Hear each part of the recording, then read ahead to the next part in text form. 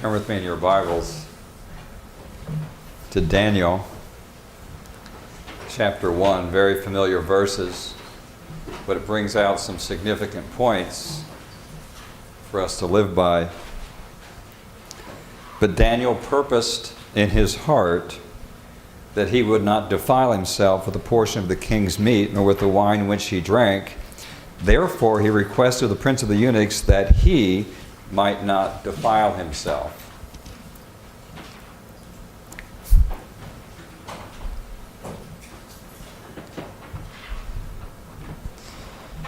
Verse 9, now God had brought Daniel into favor and tender love with the prince of the eunuchs. And the prince of the eunuchs said to Daniel, I fear my lord the king, who hath appointed your meat and your drink. For why should he see your faces worse liking than the children which are of your sort? So why are you going to look worse than the rest of the Jewish young men that were brought here in captivity? Remember, Daniel was chosen because he was well favored, he was smart, he looked intelligent, he was able to learn language, he was studied in science already, he was handpicked already. Goes on, then shall ye make me in danger my head to the king. They had a unique way of controlling population then. You do what I say, or you don't get to do anything. Goes on. Then said Daniel to Melzar, whom the prince of the eunuchs had set over Daniel, Hananiah, Mishael, and Azariah, prove thy servants, I beseech thee, 10 days, and let them give us pulse to eat and water to drink. Then let our countenance be looked upon before thee, and the countenance of the children that eat of the portion of the king's meat, as thou seest, deal with thy servants. So your first scientific experiment on diet. And Daniel proposed that they study the effect of the king's meat and the king's wine and the king's diet compared to his very simple. Now pulse it's got a few definitions. One can be something as what we would call oatmeal or other grain type cereal, or it could be basically vegetables. And quite frankly, I'm not sure which it was, but it was a simple diet, we know that. And it was different from what they were being given as far as from the king's table. But it goes on. And he consented to them on this matter to prove them 10 days. And at the end of the 10 days, their countenance appeared fairer and fatter in flesh than all the children which did eat the portion of the king's meat. 10 days. Have you gone on nothing but vegetables for 10 days? Nothing but vegetables. No grains, no fruit, no nuts, no seeds, vegetables. Are you a vegetarian? Or are you a vegetabletarian?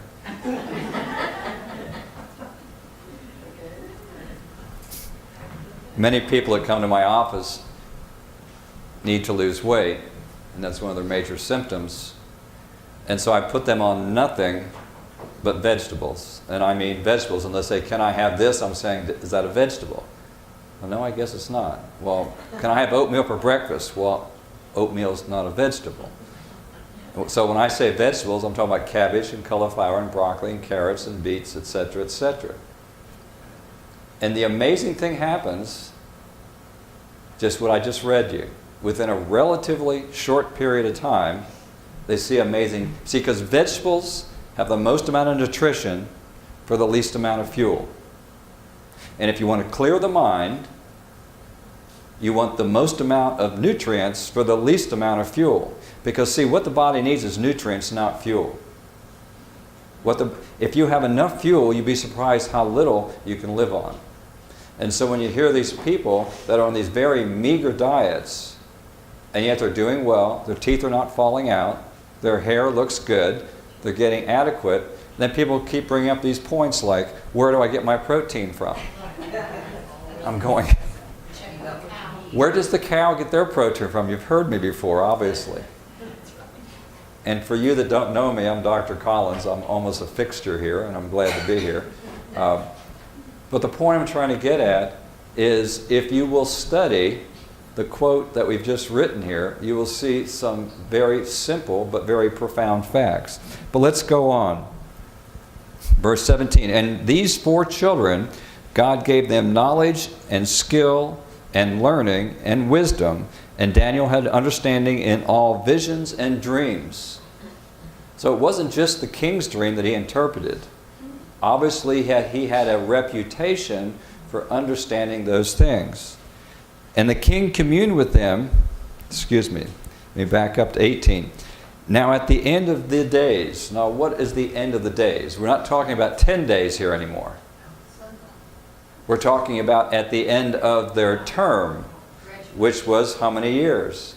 So these men started out with a 10-day trial to allow them to be on the proper diet so they have a clear enough mind so they could understand and be blessed. And now we're looking at them 3 years down the road because this was the king said, I want them in school to learn the language and wisdom of the Chaldeans for 3 years. So they were on their health program 3 years. Now we're reading about what the king found out. At the end of the days that the king had said should be bring them in, then the prince of the eunuchs brought them before Nebuchadnezzar. And the king communed with them, and among them all was found none like Daniel, Hananiah, Mishael, Azariah. Therefore stood they before the king, and in all matters of wisdom and understanding the king inquired of them.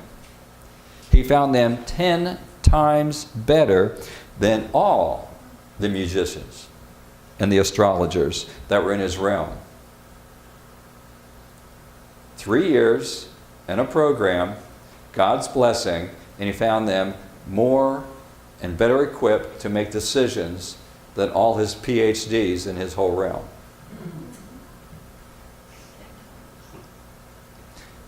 The reason I bring this up is it's for the major fact that it didn't say Daniel did all this to live 10 extra years. If you go through the Bible, you read things like 70 and 80 according to strength. I don't read anything about 50. My father-in-law died a few weeks ago. He was less than a month away from being 100. I was kind of just trying to push Dad a little bit harder, but you know, his life was at a point where I'm glad he went to sleep. My topic for today is I'll be sharing with you a cancer prevention seminar that I did in the Franklin, North Carolina church a few weeks ago. But I wanted to preface the why behind it. Daniel went on his health program not to live longer. Daniel went on a health program to have his mind. I'd highly recommend that you do things to take care of your mind. So many people are losing it, literally and spiritually.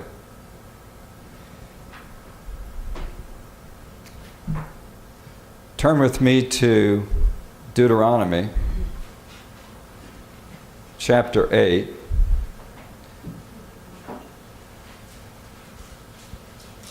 Let me turn that around. I'll get there. Deuteronomy chapter 4 and verse 8. Because your picture and your view, as you view God's gifts, will totally change your thinking one way or the other. Why do you think we had a prophet in these last days that talks so much about health? I kind of think we would need it. Why did you spend so much time talking about health when it comes down to the decisions that you and I make on a day-to-day basis make all the difference? That's the incredible part here. Believe me, there's one thing you don't want to lose, and that's your mind. I prayed for my dear father-in-law because I really didn't know how mentally he was functioning, but I also knew that he was a soldier for the Lord, and the Lord can protect him in that situation. and not let him be pushed or tempted or become a plaything of the devil. Deuteronomy chapter 4 in verse 8 asks us some really serious questions. It says, "And what nation is there so great that has statutes and judgments so righteous as all this law which I set before you this day?" What made Israel great? What makes a nation great? Their laws. What makes God's people great? The law of God, including the health laws. When I was in administration at a hospital, they put me over their advertising budget. I do not have a background in advertising. But they put me over the advertising budget. I'm really good at cutting costs. I can do that real good. So maybe that's why they put me on it. So I says, we don't need that. Advertising in the yellow pages for a hospital is absolutely ridiculous. So we cut all that out. That's nonsense. People either know you're there or they're not going to worry about that. And don't, by the way, when you're having an emergency, don't go to the yellow pages and look for a hospital. Hopefully you don't. Anyway, that was one thing. But what I told them is our budget was $1,000 per bed. And we had a little bit over a 100-bed hospital. And so I had $100,000 to deal with. That sounds like a lot, but in advertising money, that's really not a lot when it comes to a lot of exposure. And so I said, the major problem here is that I don't need any advertising budget if I could convince every employee to be healthy. And the word would travel so quick that I don't need to spend $100,000. I just need people to be healthy. If you want your neighbors to knock on your door and ask for advice, you just keep being healthy. It will automatically happen. And it's going to happen a lot more quickly because we have proved that we cannot afford our health system.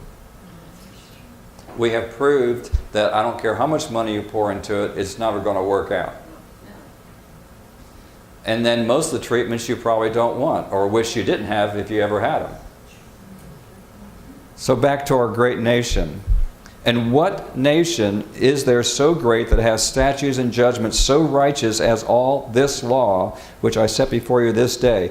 Only take heed to thyself, and keep thy soul diligently, lest thou forget the things which thine eyes have seen, and lest they depart from my heart all the days of my life, but teach them to thy sons and thy sons' sons. What makes a nation great is its laws. What makes you great or me great is following God's laws. In other places you'll find that the law, meaning the Ten Commandments, is a transcript of God's character. So when the law is written in your heart, when you're converted, and the law is written in your heart, do you realize what gift has been given to you? You have been given a piece of God's character. So when I talk about laws today, when I talk about health laws, if you look at them as a list of do's and don'ts, I can't help you with your attitude. Because what is going to make you great, what's going to give you mind, what's going to give you the mind like David had, which said a man after God's own heart, it's not because he didn't do anything wrong. What he did was he pursued God, he accepted God's forgiveness of him, he accepted a changed heart, and that allowed him to be a man after God's own heart. But read what David says about the law. I meditate on the law. Over and over again, you'll see that. You'll also see in his writings, I think it's Psalm 51, where he talks about that concept. And he also shares another concept. He said, studying God's law has made me, I'm going to paraphrase here, more intelligent or smarter than my professors. How do you get smarter than your teachers? You go to the ultimate teacher. And you keep your mind pure and your thoughts pure and your mind clear. So that's what I'm going to talk about.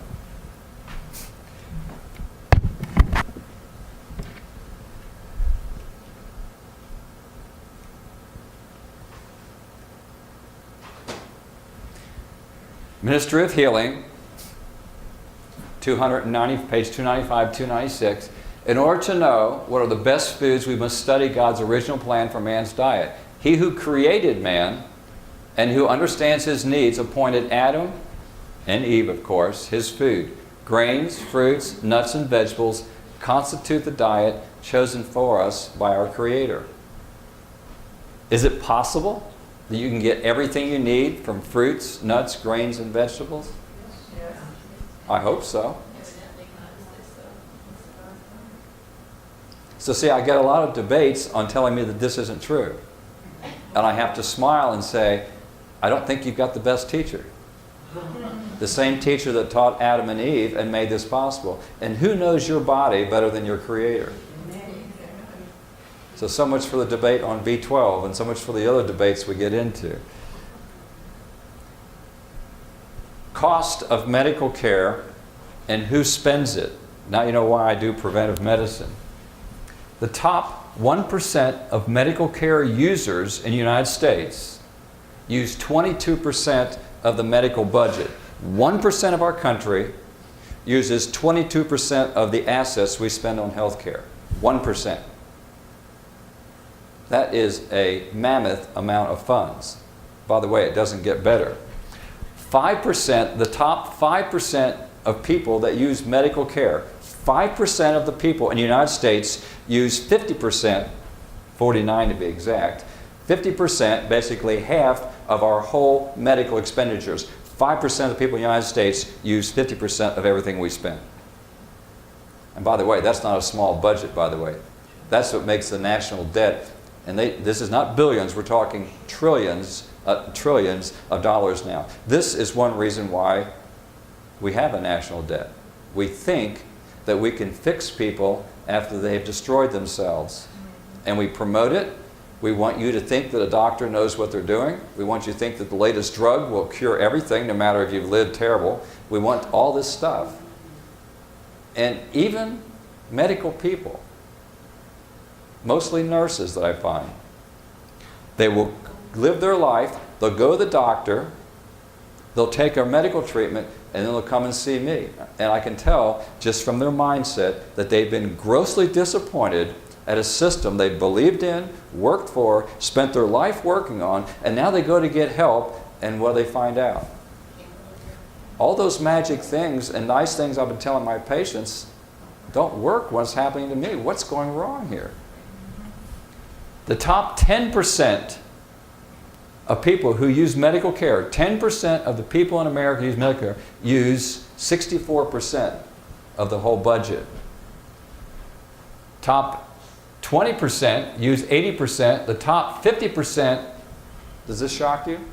The top 50% use 97% of the budget. That means 50% of Americans almost use none. The bottom 50% use only 3% of the medical care dollar. Do you see what has happened here? Now you can say, well, yes, if I only had one heart attack, then I'd be put up in this category for that 1 year. Well, if that was true, then it would be, you say, well, it happens once in a lifetime. But right now, one heart attack for one person would take more funds than what they've paid in their whole life, even if we're trying to break even here. And heart attacks aren't the most expensive thing. You can hold a shot in your hand, hopefully it's not your shot, a chemotherapy shot, and it costs between 7 to 10 grand, one shot that I'm holding in my hand. I call that sin, almost. It is so frustrating to me that it's hard to handle. There is no way. Pure gold, folks, I can sell you a lot more. If that thing was solid gold, it's not worth that much. My country has betrayed me in this area. So, obviously I'm not a senator and don't care to be. So I come and I talk to you at the grassroots level and say, folks, what you're doing to take care of yourself is not minor treatment. Since I treat many people, they come and say, they went back and they go, well, I'm not doing anything. I'm going, wait a minute. You've changed your whole life. You exercise every day. You get your sleep. You take care of this. You do this, and they tell me you're not doing anything? Are you some kind of nut? You got to be kidding. But if you take a shot or a pill or a radiation treatment, you're doing everything. I'm going, something's wrong with this picture.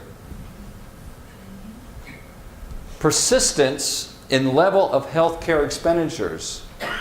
Persistence. How frequent is that same population using the money for the next year? This happened to be between 2008 and 2009. The top 1% of the population continuously, from one year to the next, 20% continue to use the same thing over and over again. Let's go down the list. Top 5%, 38%. Let's go to the top 50%. 75% of the people that are in the top 50% of users are still in the top percent of the users year after year after year. It's the same people. It's not the person who has one heart attack and that's it for their whole lifespan. No. The same group of people is using this level again. And the lower 50% stays in its category. 73% of them stay in that category. So only less than a quarter of them come out. So it is the same people using the same care repeatedly over and over and over again. A hospital was analyzed in Texas, and I won't name the hospital because right now I don't even remember it, so we're good. But the hospital had isolated 12 patients that used excessive amount of medical care, and these 12 patients on a yearly basis were using hundreds of thousands of dollars, if I don't have an exact figure, of medical care just for those 12 patients. And here's the heartbreaking thing. 50% of your whole budget that you would spend in a lifetime is spent in the last 2 weeks of life. Yes, it's been a difficult month for me. I've had too many people that I care about are not here anymore. But it's not because I don't want them to go to sleep. I want them to be ready for Jesus. But what I do want is I want to talk today in the context of taking care of your mind. If you will base everything you do in your health, if does this give me better mental health, you'll come up with some really good conclusions. Let me give you an example. Some people take medication for their high blood pressure to prevent a stroke or to take care of themselves. Understand that. But in this particular area, I know my research fairly well, and that is if I give you a medication and lower your blood pressure, I don't change what it does to your mind. In other words, hypertension causes brain shrinkage. Well, why does the brain get smaller if a person has high blood pressure? Well, one of the ways the brain adapts to high blood pressure is to shut down vessels going to the brain. And if we continue to shut down vessels going to the brain because the brain can't handle all this high pressure, the brain also doesn't get oxygen, it doesn't get food, and the tissue, atrophies. So therefore, I lose brain because of the response from the body to high blood pressure. So, we give a person a high blood pressure pill, the blood pressure returns to 120 over 80, and the doctor says, you're fine. You want to know the truth? MRI scans on those people's brain continues to show atrophy of the brain even with normal blood pressure, medication induced. The only way you take care of your brain is do everything you can naturally to deal with that problem. Medications never cure. They only change the symptoms. And you can look that up in your Ellen White Index and read about what she says about drugs. They never cure. We have been so satisfied far too long about minimal results from that. World War I. This is in Denmark.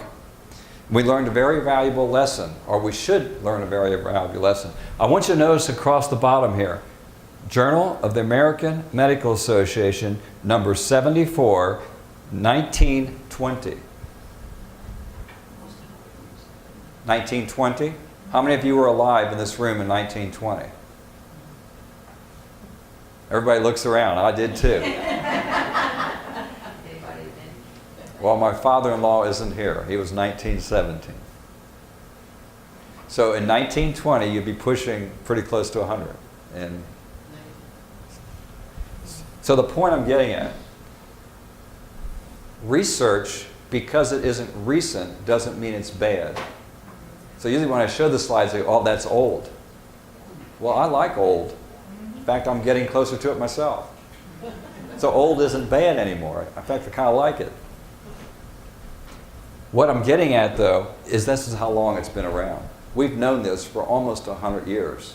What are we doing? Dr. Mikhail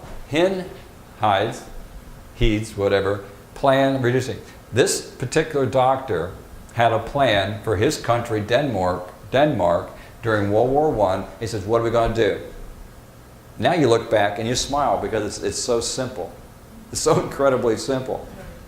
He said, we're going to stop feeding the nation's grain to the livestock, and we're going to feed the grain to the people. What a novel idea. How many millions of bushels of soybeans and corn did I pass this morning? And you know where most of it's going to go. 85% of it, I'm not sure exactly what I saw, but statistics, 85% of it goes to feed livestock, which in turn feeds you. Well, hopefully it doesn't feed you.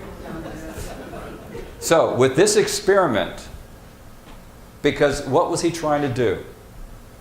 He was trying to feed a nation that was under war conditions to try to save his people.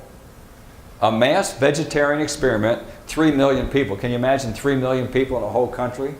Now we've got 3 million people in Brooklyn, don't we? Decreased death rate calculated between 1917 and 1918. And it only been kept, you can see down here, the death rate numbers, statistics only been kept since the turn of the century, so they've been kept rate, but it dropped 34% in 1 year, and that was the best record they had for the preceding 18 years. Folks, it works. It works on people who had steak the night before and all they get is cabbage for the next year. It works. That's why I demonstrate it. And it works on people who don't even want it to work. Because if that's all you have to eat, you see, the world population, about 75% of the world population is mostly vegetarian, just not by choice. I mean, if all you have is borscht to eat, cabbage and beet soup, that's what you enjoy. The communists got it right, folks. They can work a man harder and they can work a man longer on cabbage and beets than anything else. And most of those foods grow most anywhere in the world, and they're very inexpensive to grow. And you will get more energy, you'll get more work out of a working population group on those foods. Ministry of healing. This is in the context of Jesus feeding the 5,000. Page 47. If men today were simple in their habits, living in harmony with nature's laws, as did Adam and Eve in the beginning, there would be an abundant supply for the needs of the human family. We do not have a food shortage in this world, folks. We have an appetite excess. If you took all the food that I saw this morning, and I wish it wasn't GMO, it's a whole other topic. If all the food that I saw this morning were fed to people, we can feed minimum of 3 times our population in the United States. We have about 300 230 million. We could feed over 1 billion people with just what we produce in our country right now. Let me read on. But selfishness and the indulgence of appetite have brought sin and misery from excess on one hand and from want on the other. The laws of God tell us what to do if we're willing to listen. We do not have a food shortage. There is no one in this world right now that has to be starving, except that some of us are gluttons. And I don't care if it's range-fed, organic chicken or not. A chicken eats a lot more food than he can ever produce. So therefore, you don't feed the chicken cracked corn, you enjoy it yourself. And you stop feeding the hogs the soybeans, and you eat the soybean first. If it makes a hog that big, it should take care of many of us, shouldn't it? World War II. The next experiment. See, you could never afford to pay for these experiments because, first of all, it'd be hard to get people to do it. Number two, the expense is just phenomenal.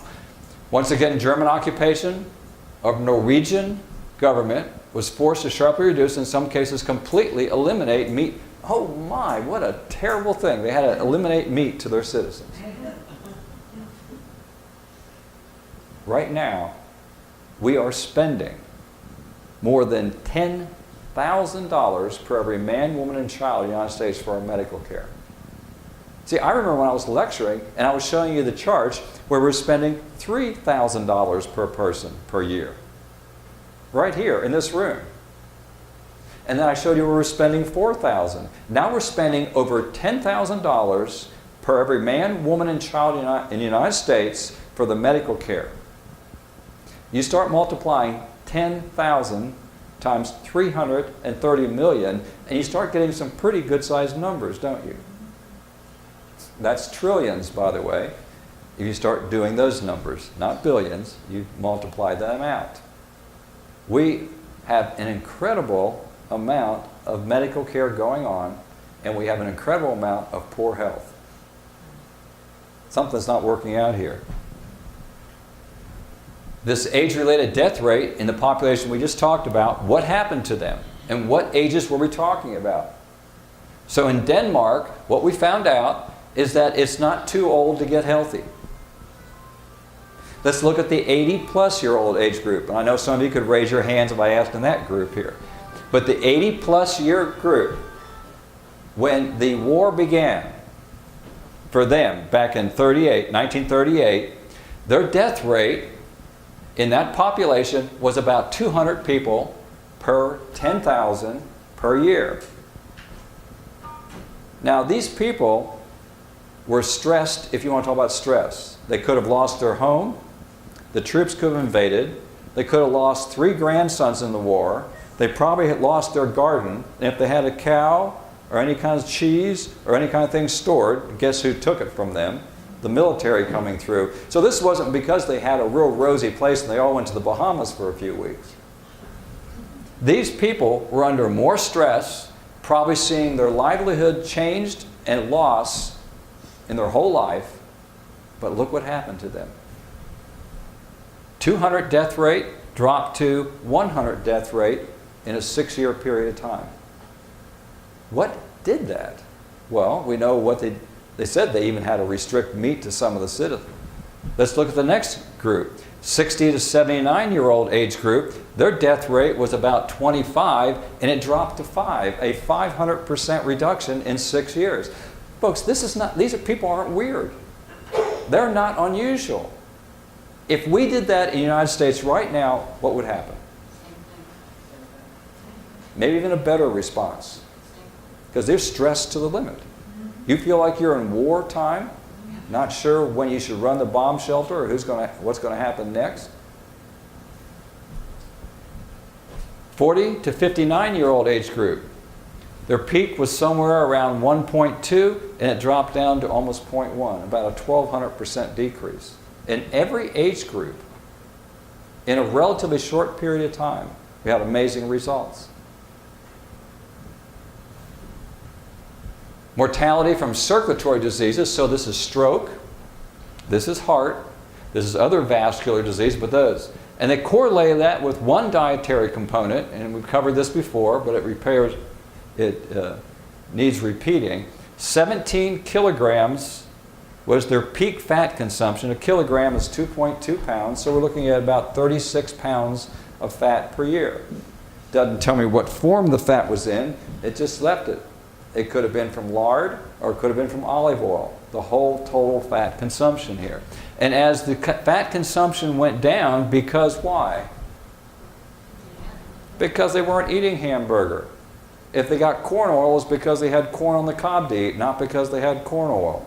And you go through this is a dietary shift from 17 down to less than 10, not quite half the fat consumption. But that's not what we're talking about. The death rate went from 31 down to below 23. Amazing. Why have we forgotten this? We knew this in some very difficult time. We lost more men from the United States in those years than all the wars since then. The most common cancer deaths, the most common cancer in the United States is skin cancer. Very few deaths of the non-melanoma type. Number one, for both male and female in the United States still is lung.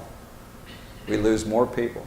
If you don't smoke, basically you drop that whole thing down to 1/10 of what we're talking about here.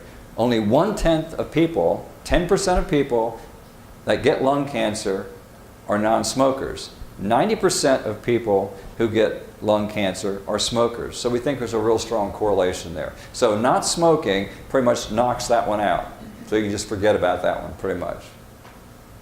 Number two, for men, colon cancer, and for ladies, breast cancer. And number three, for men, prostate, and number four for females is colon. We're going to look at some of those components that cause this, and then throughout the day we're going to talk about the latest research on preventing this and what we have learned. Number two for men, the colon obviously has to do with your food. And even if you're eating a bad diet and it doesn't stay in as long, so you can eat a bad, high-fiber diet and have less problem than a bad diet, but most bad diets are automatically low in fiber because animal products have no fiber. Milk has no fiber. Cheese has no fiber. Hamburger has no fiber. And then we cook these animal products at high heats and we change the chemistry of the fat in this and we make ourselves a lot worse off. The biggest issue for Adventist females is breast cancer. Let me say that again.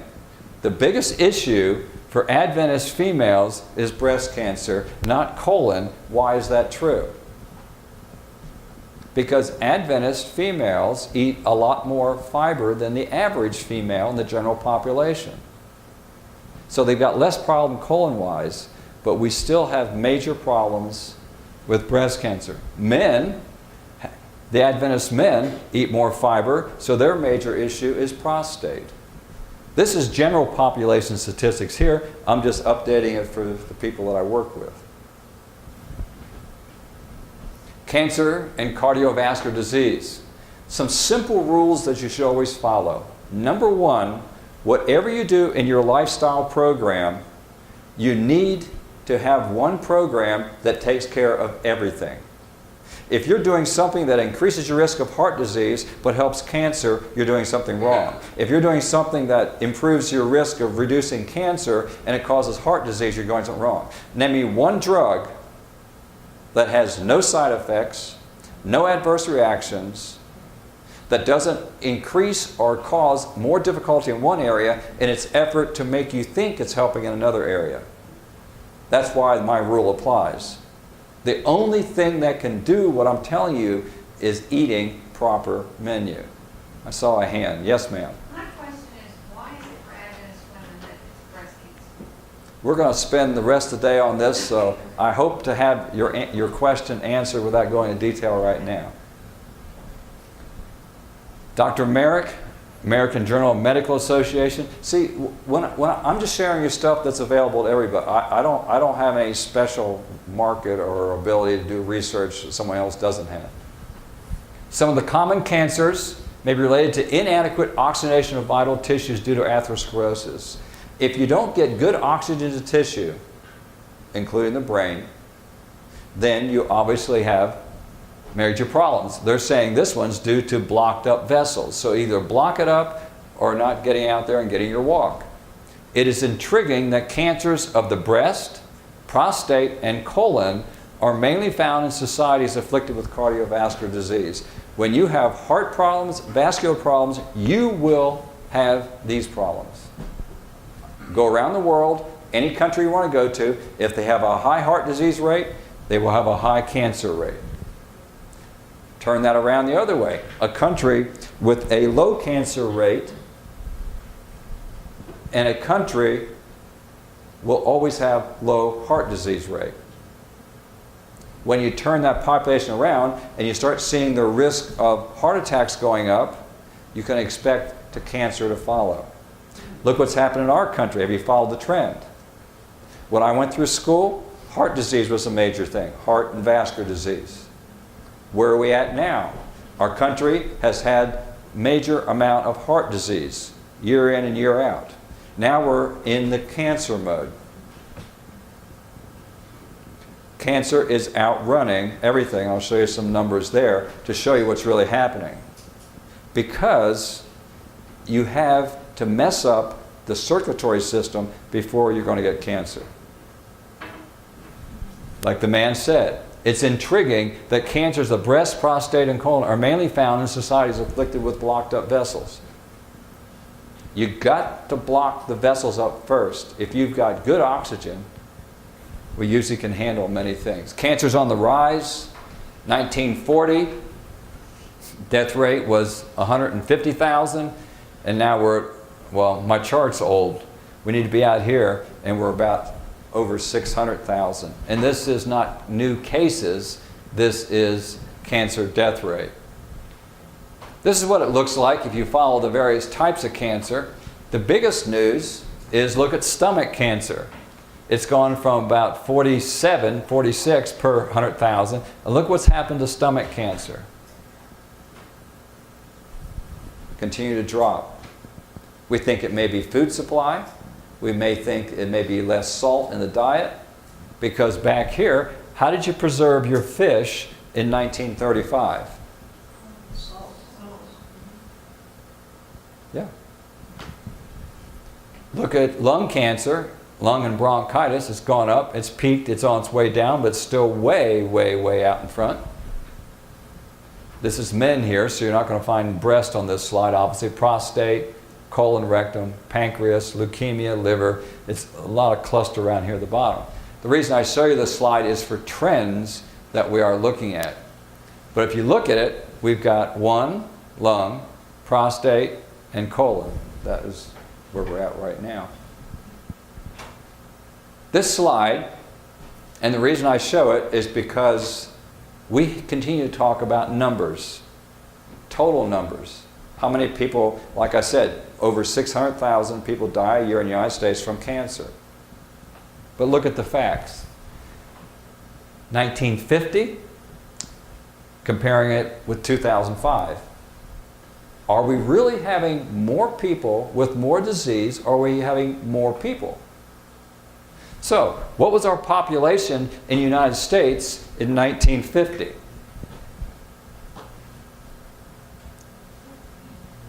It's pretty simple. Just remember the 50, about 150 million. A little bit over that. However, by 2005, we're running about 300 million. So we've got twice the amount of people in the United States between those two dates. So this is what this slide is about. Look with me.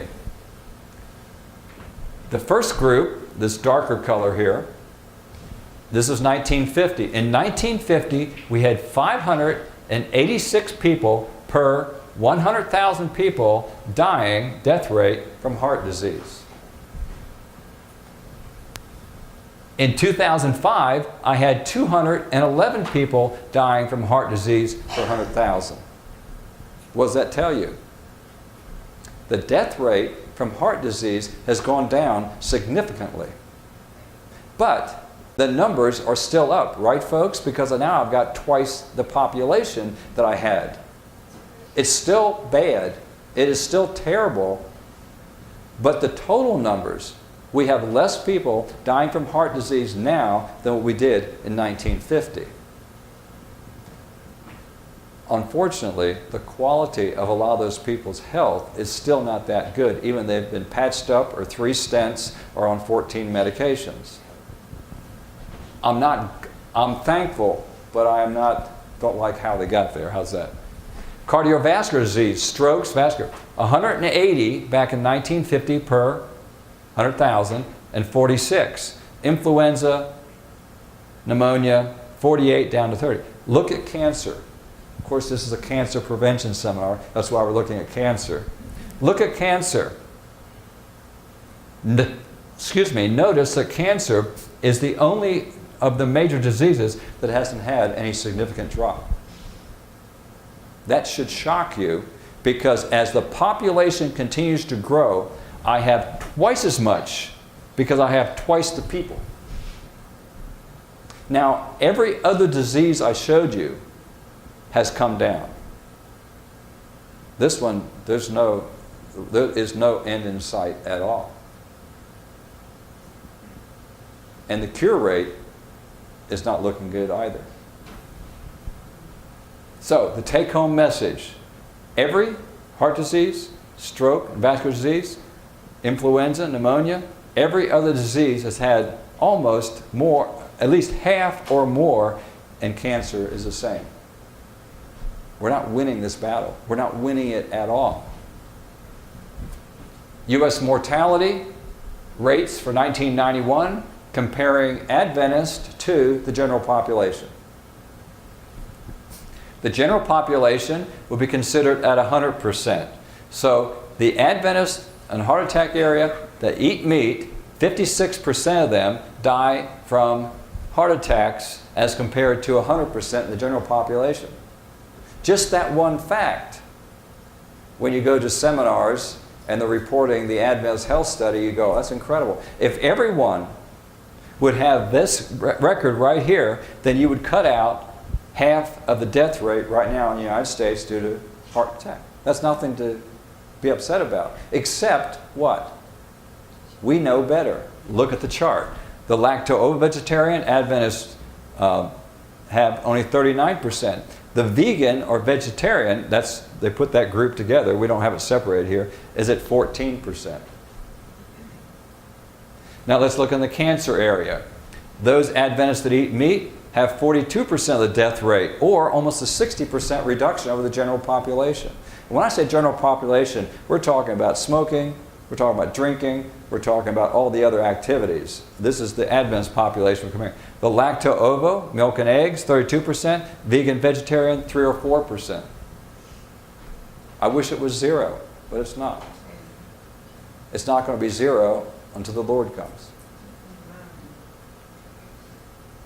The Bible tells us we're waxing old like a garment. That means your genetics, that means your life, and everything. How many of you have done a lot more, or excessive activities to try to preserve your health than what your parents did? Oh, by all means, look at that. My father died from hairy cell leukemia. It's a special type of leukemia.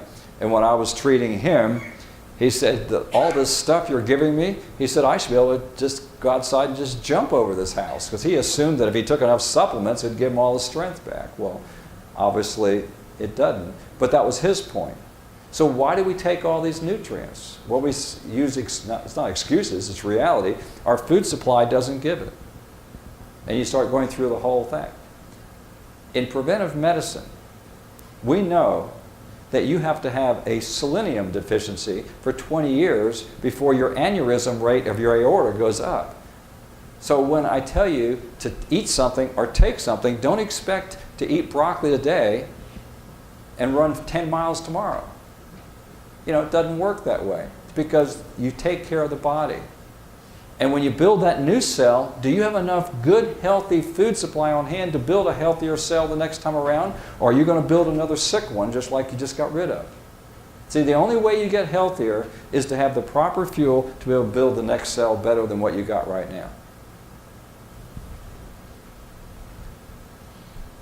We'll start to look at a few of the facts, and then we're starting with old facts and work our way soon. Notice the date on this slide, 1944 to 1966. The only thing that bothers me is that we should have been using this in 1945. We knew all this. This is old school. Deaths per 100,000.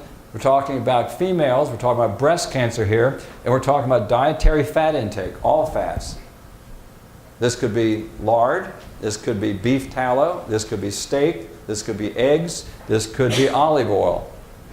So all fat, the greater the quantity of fat, it's a dose relationship. The more you use, the more disease we get. The less you use, the less disease you get. So Japan and Thailand were my poster children back then. Now Japan is no longer here. Japan is all up here approaching the United States.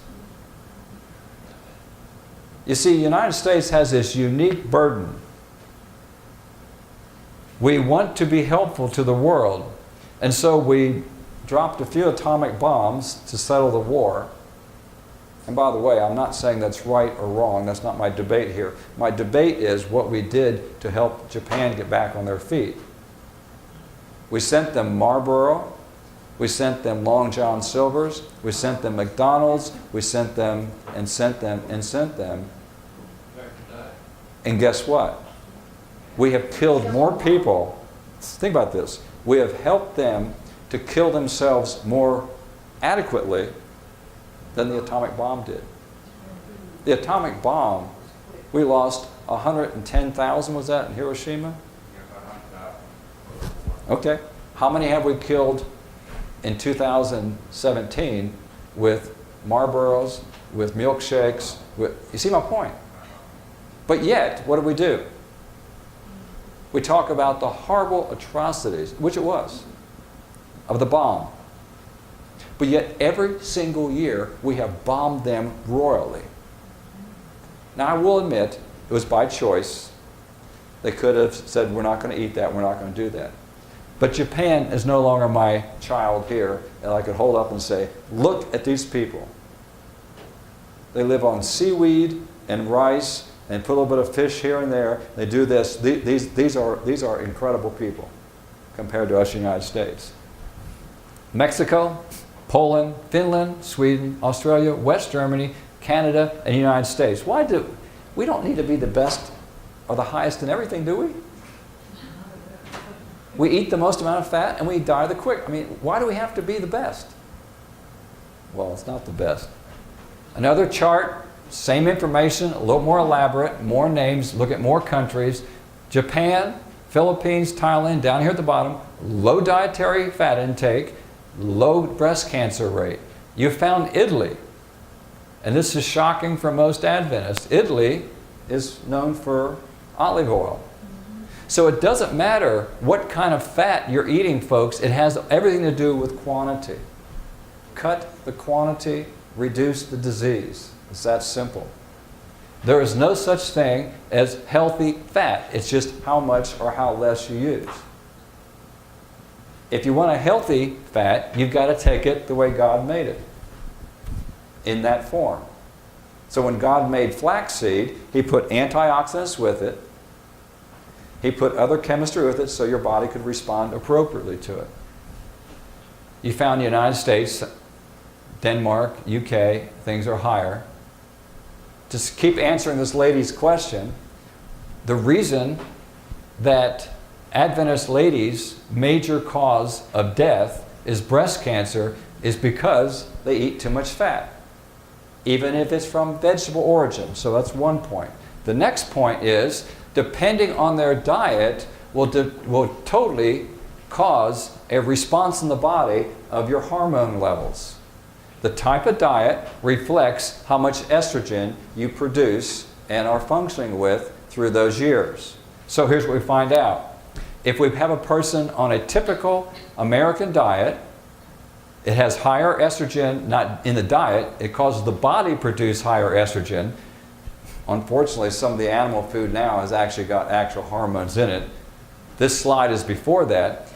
The young ladies go through puberty earlier, age 12, and the ladies go through menopause later, around age 50. If they're on a starch-based diet, mostly vegetarian, they will go through menstruations later, 16, and they'll go through menopause younger, age 46 as an average. With less exposure, the more you expose those organs in the body, whether it be breast, uterus, ovaries, to more hormone, the greater chance you have of producing abnormal growth. Cancer is abnormal growth. It is your cell, not some invader, it's your cell that's gotten changed that produces the next cell. Not quite as accurately. And by the time you produce 10 cells down the road, you've got a cell down here that is very good at duplicating and not doing anything. That's why I call cancer a big pig. It wants to eat everything and not do any work. Breast cancer cells consume 17 times the amount of fuel as a normal cell.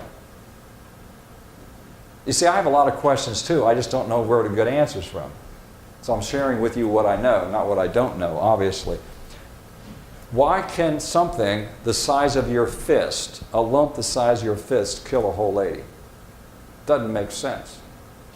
I got a lady who weighs 140 pounds, and I'm talking a 2-pound tumor. How in the world can 2 pounds knock out something that's massively larger than that? Well, here's how it does it. When you have something that is so metabolically out of control, and it's consuming 17 times the fuel, and if it consumes 17 times the fuel, it needs to put off 17 times the byproduct, the toxin level. And basically, people get toxic. And more toxicity, and after a while, the kidneys can't handle it, and they start shutting down. And after a while, the irritation in the vessels starts shutting down, you get less oxygen. And something relatively small can take the whole person. That's the painful truth. So, in my slide here, those ladies that consume a starch-based diet have lower estrogen levels, have less cells being changed, therefore less cancer. I was looking at this one site. I was actually looking up solar things. And this man who installed a solar system had a wife that had lost a significant amount of weight. And so she called herself High Carb Hannah. And I said, I'm so glad that someone is breaking the mold. And she showed, that she weighed this much, and over a period of time, and she had a good testimony. She said, I've stopped smoking, I've stopped using drugs, etc., etc.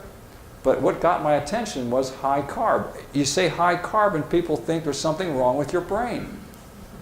And so here's High Carb Hannah, and Hannah goes from this size of an individual to this size of an individual and loses 50 pounds on High Carb Hannah, and I'm going, I'm so glad that someone said it. Carbohydrate is what God meant your body to run on. I didn't say sugar, I didn't say ice cream, I said carbohydrate. Broccoli is mostly carbohydrate. Cabbage is mostly carbohydrate. Cauliflower is mostly carbohydrate. Beets are mostly carbohydrate. And people say, you know what? I'm eating a low-carb diet. I eat nothing but salad, and then I have some salmon. I say, excuse me? What do you think your salad's made out of? I said, that's almost total carbohydrate. And they look at you like, so I've got to talk their language.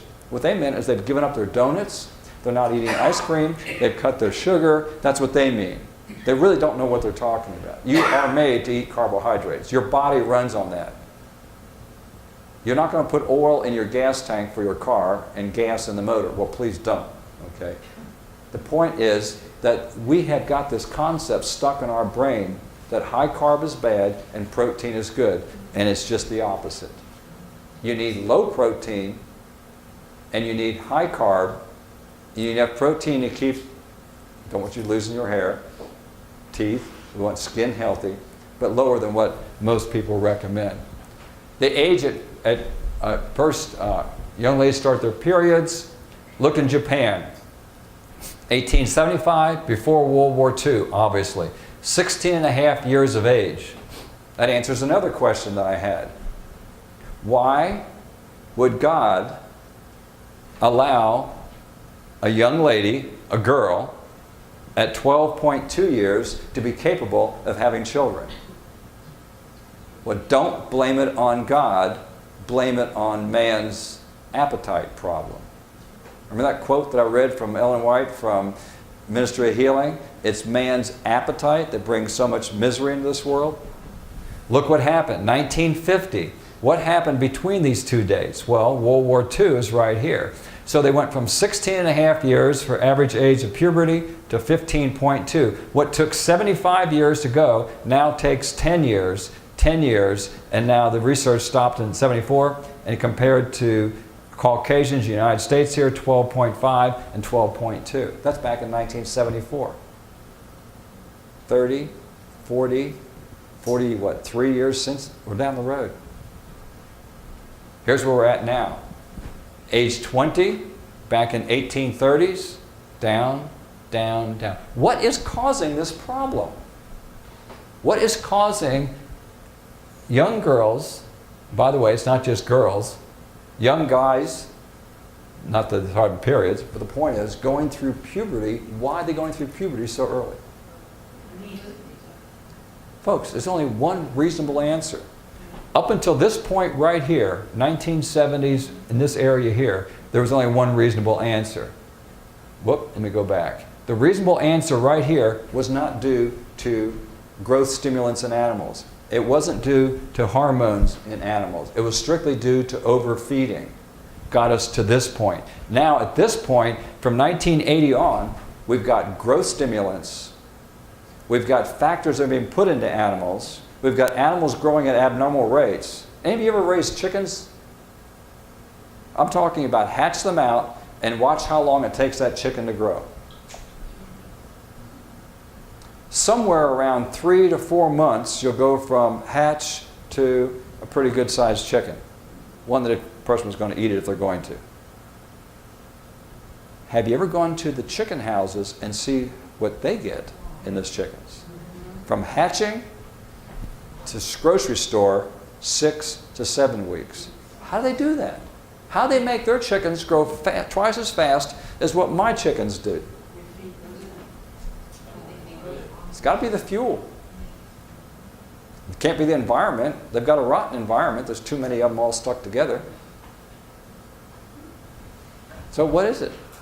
We have a major problem and we don't want to admit it, but look what's happening. Age of puberty in young ladies is now about 10.7 years. Incapable of even handling emotions, let alone handling a child. The devil has played us really, really good. The problem is, it's called the knife, the fork, and the spoon. That's our problem.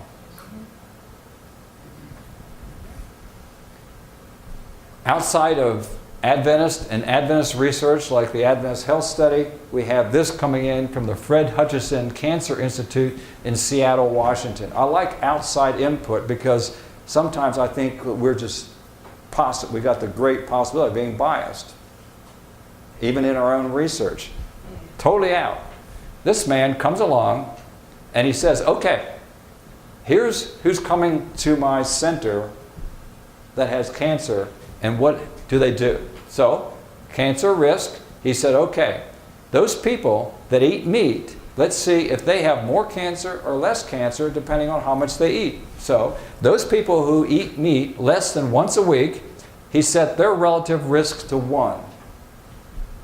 Now, he says, okay, those people that eat meat 2 to 4 times per week, how much more risk do they have? So if the risk went down, then meat would help to prevent breast cancer. Well, unfortunately, it didn't go down. It went up 2.5 times for this dosage. And then if they eat meat daily, 7 or more times a week, it went to almost 4. So meat is dose-related with cancer. Therefore, Adventist females who eat meat have a much higher risk of breast cancer than those Adventist females who do not. There's another reason why we have more. Now let's talk about eggs. If you eat eggs once a week, you get a risk of 1. If you eat eggs 2 to 4 times a week, your risk doubles to 2 almost, and daily it almost goes to 3. So there's a correlation between egg consumption and breast cancer. Don't have the slide here. There's a very strong correlation between egg consumption and prostate cancer. Now we take a look. And by the way, this is not Adventist research. Butter and cheese. This is an interesting one. 1 per week, 2 to 4 times per week, 3.25 times the risk there. But look at this daily one over here. If they eat butter and cheese every day, it's 2.1. Yes, it's still twice as high as those who only eat about once a week, but why is it higher than people who eat less? Good question. If you have an answer, I'm all ears. I don't know. But I know how the research reads in the newspaper. Those people who eat cheese daily have less breast cancer rate. I'm going, don't fall off the fence on the wrong side here. That's the kind of research that I see. I'm going, wait a minute. I remember that course had a book in Loma Linda. It said, How to Lie with Statistics. If you like statistics, it's a good book to get and read. Because if I only showed you just the last 2 columns in that particular slide, and I choose to show you just this, I could prove to you that the more butter and the more cheese you eat, the healthier you are. And don't believe it. Thank you. Obesity increases breast cancer risk. How much? How severe is it? Thin, premenopausal females, they put them at a risk of 1. That doesn't mean they had no cancer, it just means that the amount that they had was a lot less. Postmenopausal ladies that are thin, their risk is 1. The risk didn't change pre and post. Let's look at overweight. By definition, overweight, if you have a BMI chart, the BMI would be between 25 and 30. If you're familiar with that, we'll look at that a little bit later. Twice the risk and 5 times the risk. Why do ladies postmenopausal have 5 times the risk and only 1 time the risk here for being overweight as you get older? If you're going to be overweight, when should you be overweight? Yeah, don't miss the point here, okay? But if you're going to be overweight, don't. How's that? No. If you're going to be overweight, it's less harmful to you in your younger years. That's what we're saying here. Obese would be 30 or above BMI, 3 times the risk here, and 12 times the risk here. If you're going to ever be overweight, don't do it after age 50. How's that? So when do most of us get overweight?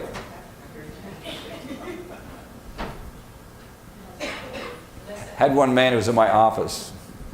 This is back in California. I was a young doctor and looked a lot younger. No gray hair. An older gentleman. I got done with his whole nutritional workup. I told him what to do. He says, this is incredible. Because back then we told him to use low-fat this and low-fat that and skim milk and stay off this and et cetera, et cetera, et cetera. He got done with the whole thing. He goes, this is incredible.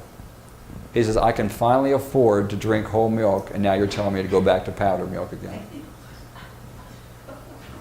Well, obviously, I would give him a different story if I saw him today, but the point was, he looked at the economy, not at the health effect. And he felt that he always, because he was broke, he had to choose a different menu. And now, when he can truly afford what he wants to eat, I'm telling him to go back to basics. So I'm telling you the same thing this morning.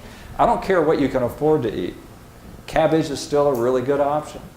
Beets are still a really good option. Carrots, tomatoes are really good options. You know, if I had it my way, I would like every one of you to be so broke that you can't afford junk. That would be a compliment. You know, if it comes in a box, probably shouldn't eat it. You know, it's one of those kind of deals. You know, this whole concept of convenience food is not very convenient. It's very inconvenient to lay in a hospital. I don't like that kind of convenience. They even bring me a tray of food. That's how convenient the hospital is. Now, what's on the tray, you probably wonder that they're trying to keep you there. Yeah. Anyway, I have to take a break. We will continue with the seminar. We'll answer a question here, and we will go ahead. That's right. What does your diet consist of today? My diet? Yeah, I eat all the above. Fruits, nuts, grains, and vegetables. I have an awesome cook for a wife, and so she will make everything from patties that go on a burger bun that will have everything from carrots to oatmeal to that kind of stuff in it. I eat a large amount of fruit. I enjoy it immensely, and I will spend extra money on getting fresh fruit year-round. That's probably if I'm going to spend more of that. I eat basically 2 meals a day. I eat enough to keep me well nourished, and I have to eat less because I can get fat quicker now. And if I'm out working on the farm, I can eat more that day than if I'm sitting in the office, and my patients don't want me to go sleep in front of them either. So for mental activity. But the key is hydration and eating food that doesn't take a long time to digest. The higher the fat content, regardless of that. And people say, well, you don't have to worry about it. You can eat all the ice cream you want. I go, yeah, I do worry about it. I don't get to eat all the ice cream I want. two more things. Yes? You just drink water, right? You don't drink juices or... Juices are relatively rare, even though I do recommend my cancer patients to juice and things like that. But most of us don't need the extra fuel. We need the extra fiber. So juicing, for the sake of juicing, if you don't have a nutritional issue, is probably not the best way to go. Okay, now, another thing. And yes, water is my beverage. Yeah.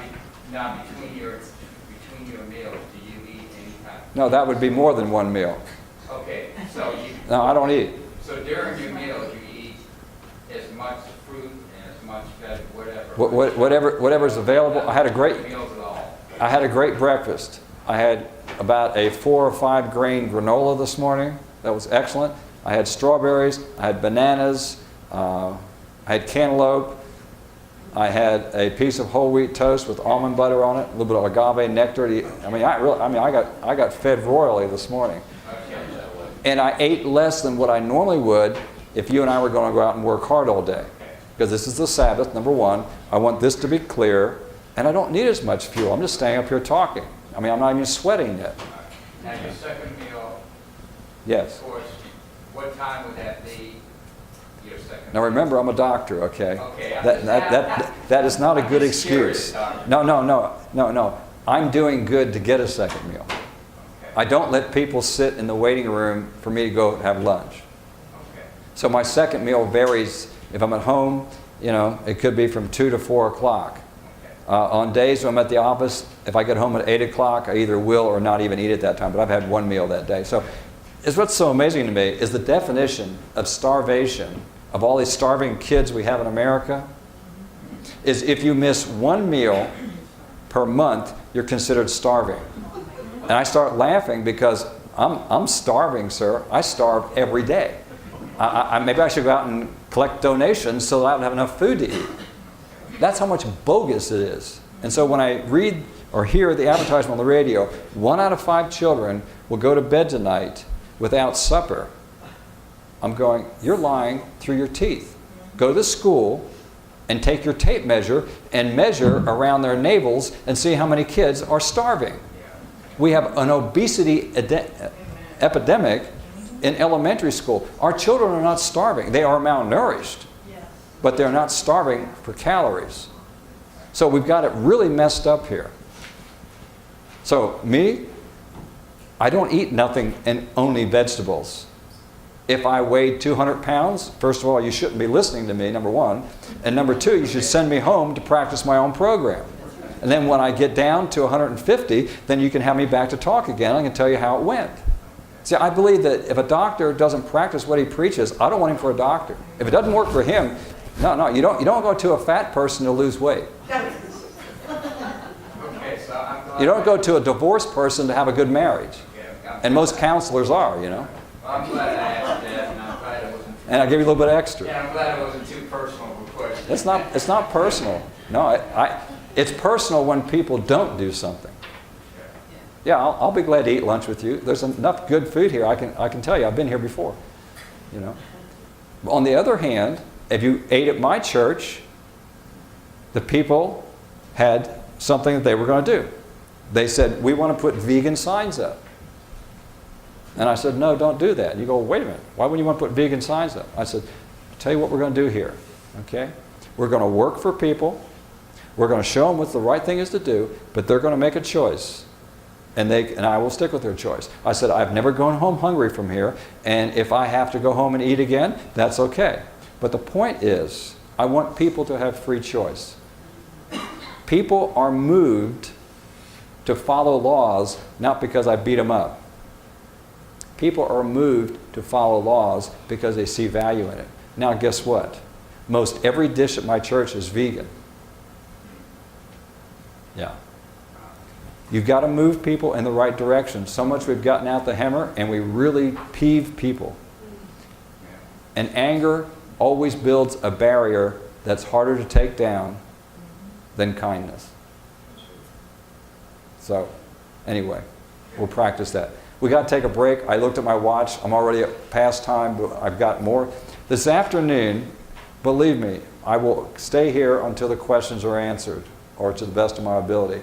So if you have questions, we'll be dealing with that, and we'll continue. We'll finish this up and start, because the first part of the cancer prevention seminar is asking the why question. Why is all this going wrong? The second half is all the research has come out on what people can do and should be doing preventive-wise.